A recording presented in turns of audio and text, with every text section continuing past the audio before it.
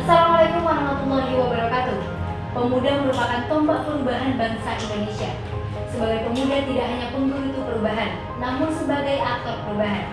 Tentunya di podcast Pemuda Perubahan Sebelas.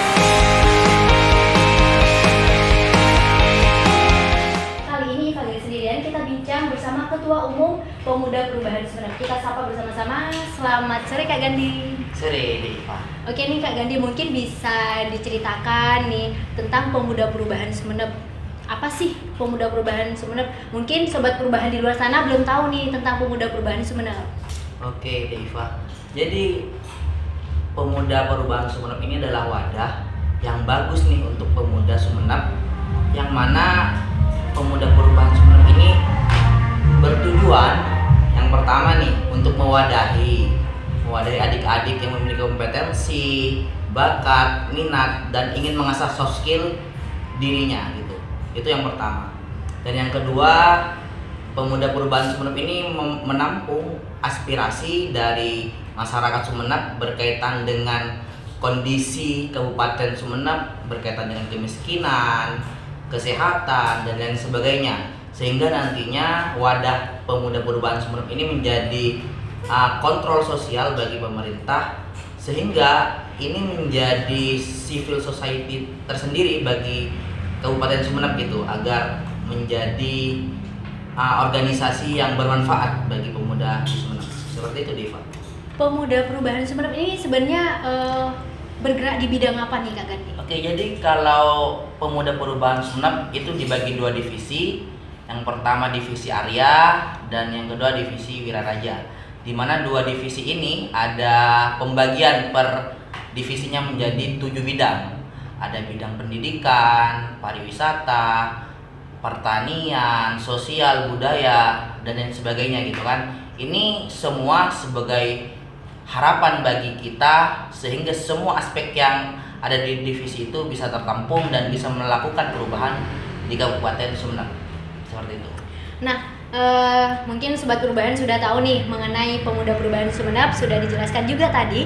Dan kita mungkin sobat perubahan biar juga tahu terbentuknya Pemuda Perubahan Sumeneb, dan juga sering kita dengar singkatannya itu Paper Sumeneb. Mungkin bisa dijelaskan juga nih. Oke, jadi Pemuda Perubahan Sumeneb atau bisa disingkat Paper Sumeneb ini sebenarnya latar belakangnya ya panjang gitu. Dari pertama kita dihimpun dalam satu camping Deva, bertepatan di Bedengan, Batu Malang.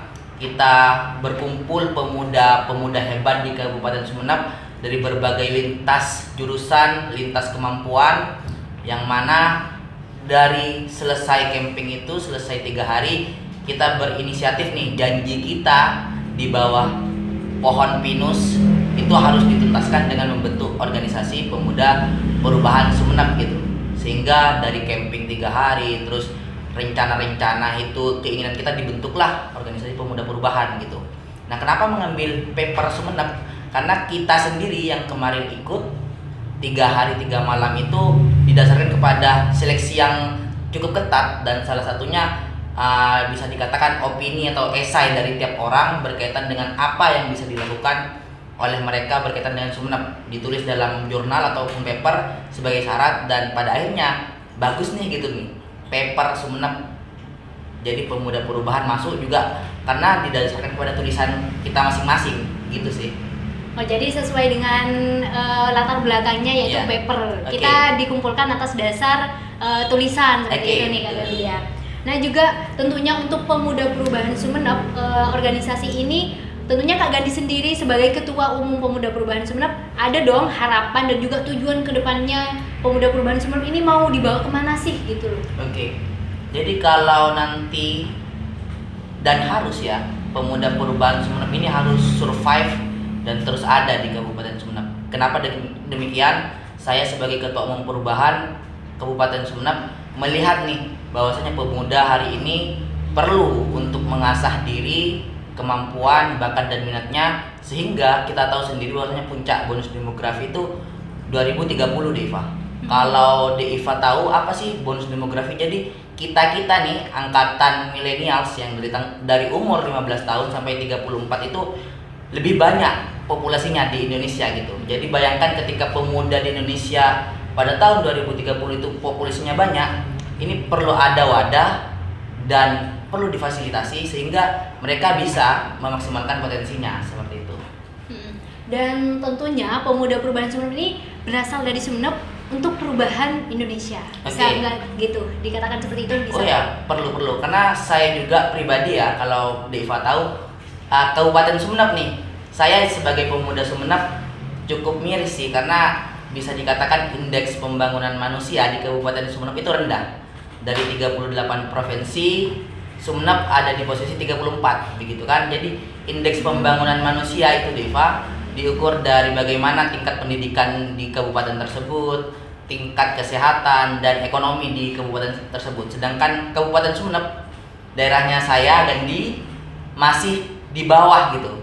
Dan ini menjadi PR bersama dan pemuda harus mengambil bagian untuk mengentaskan kemiskinan, memperbaiki taraf pendidikan ataupun memperbaiki kualitas kesehatan di Kabupaten Sumeneb itu sendiri.